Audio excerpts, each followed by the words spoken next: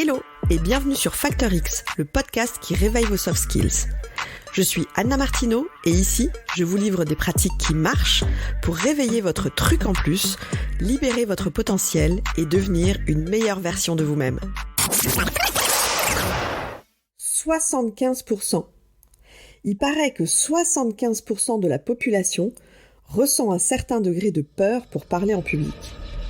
La glossophobie, c'est comme ça qu'on l'appelle, est l'une des phobies les plus courantes qui existent. Eh bien, si c'est votre cas, cet épisode est fait pour vous.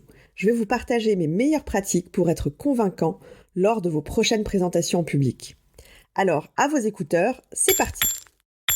La prise de parole en public fait partie des formations que j'anime le plus dans mon quotidien. Et quand je discute avec mes participants, la plupart du temps ce sont des cadres en entreprise, eh bien je réalise que tout le monde fait la même erreur. Oui, tout le monde zappe la préparation du discours, alors que c'est la partie la plus importante. Attention, je dis pas non plus que rien n'est préparé, mais dans 95% des cas, les gens préparent le fond, le contenu de leur discours, la partie technique en gros, leur sujet d'expertise. Et personne, mais alors vraiment quasiment personne, ne prend le temps de préparer ce qui est selon moi le plus important, la forme du discours. Quand je dis que la forme est plus importante que le fond, je parle de la préparation bien sûr, parce que évidemment, il faut que le fond de votre discours tienne la route. Mais en général, c'est le cas. J'imagine que vous intervenez évidemment rarement en réunion sur un sujet que vous ne maîtrisez pas. Le fond du discours, les éléments techniques, vous êtes expert là-dedans, c'est pas un sujet. La forme de votre discours, elle, doit être tout aussi attrayante que le fond. C'est un peu comme en cuisine. Quand vous recevez des invités à dîner, vous avez préparé le plat que vous réussissez le mieux, vous prenez le temps pour réussir votre recette et tout est OK. Mais pour servir tout ça et donner envie à vos invités de déguster le plat, en général, vous allez aussi prendre le temps de soigner la présentation de vos assiettes. Eh bien, la forme est tout aussi importante que le fond. Alors, voici quelques conseils pour vous aider à bien préparer votre discours. D'abord, préparez-vous à parler à votre public. C'est probablement l'étape la plus importante. Comprendre à qui vous parlez pour pouvoir adapter votre discours à leurs intérêts et à leur niveau de compréhension. Vous avez compris, quand je dis de parler à votre public, j'entends d'adapter votre discours aux personnes que vous avez en face de vous et à eux uniquement. En fait, ça revient à vous poser la question à laquelle vous allez devoir répondre avec votre présentation. Qu'est-ce qu'ils attendent ? Qu'est-ce que vous voulez qu'ils fassent après votre présentation ? En ce qui me concerne, j'anime souvent des conférences en entreprise sur des sujets liés aux soft skills.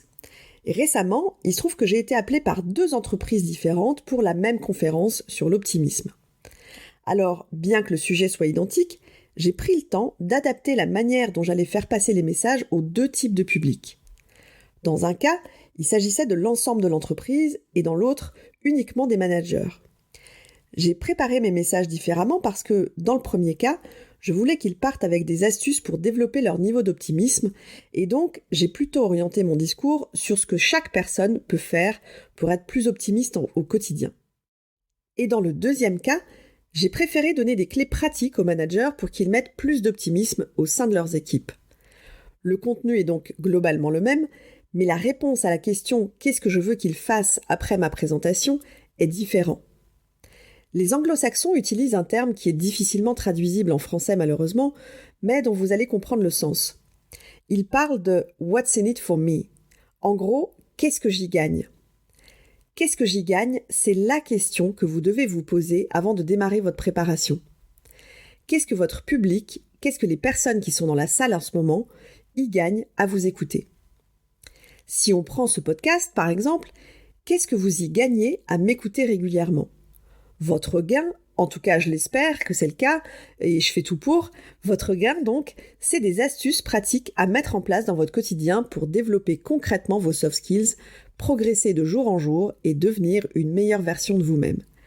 Alors s'il vous plaît, pour votre prochaine réunion, prenez le temps d'adapter votre présentation et posez-vous la question « Qu'est-ce que mon public y gagne à m'écouter ?»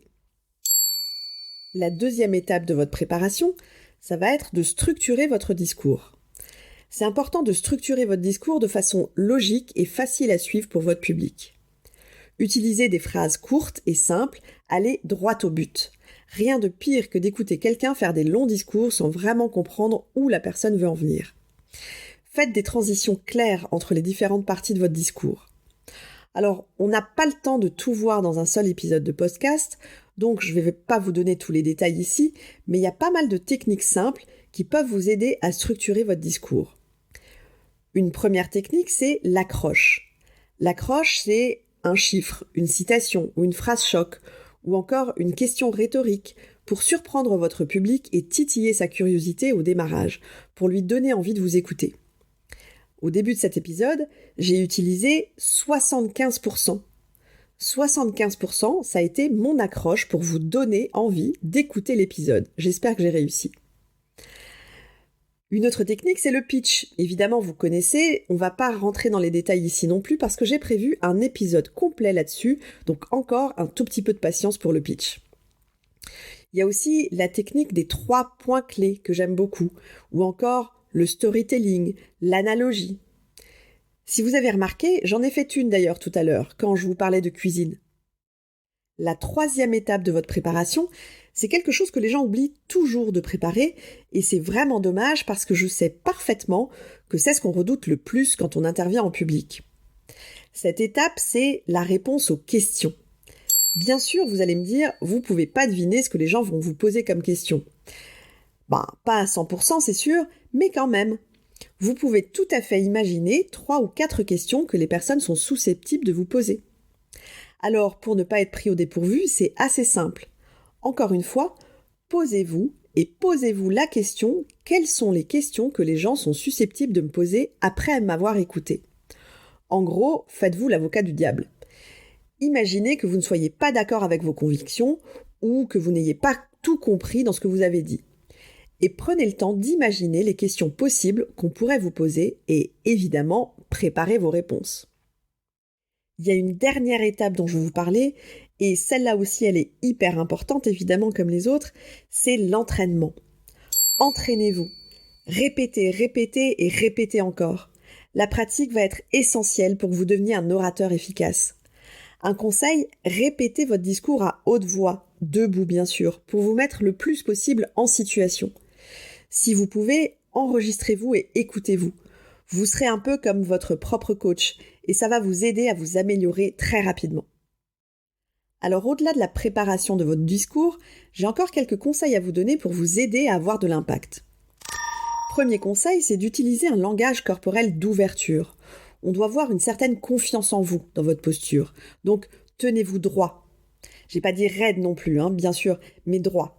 Donc si vous avez tendance à vous tenir peut-être courbé en général, bombez un tout petit peu le torse, sans non plus exagérer.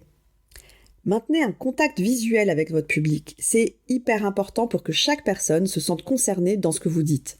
Donc allez chercher leur regard. Et utilisez des gestes pour souligner vos points clés. Et puis évidemment, souriez. Surtout si l'exercice vous stresse, pensez à sourire parce que votre voix est beaucoup plus agréable quand vous souriez. Et c'est plus sympa pour les personnes qui vous écoutent quand même. Mon deuxième conseil, c'est de mettre de la vie dans votre discours. D'abord, parlez lentement et clairement. Je sais que quand on n'aime pas prendre la parole en public, en général, on a envie que ça se finisse vite, non ? Et du coup, on speed.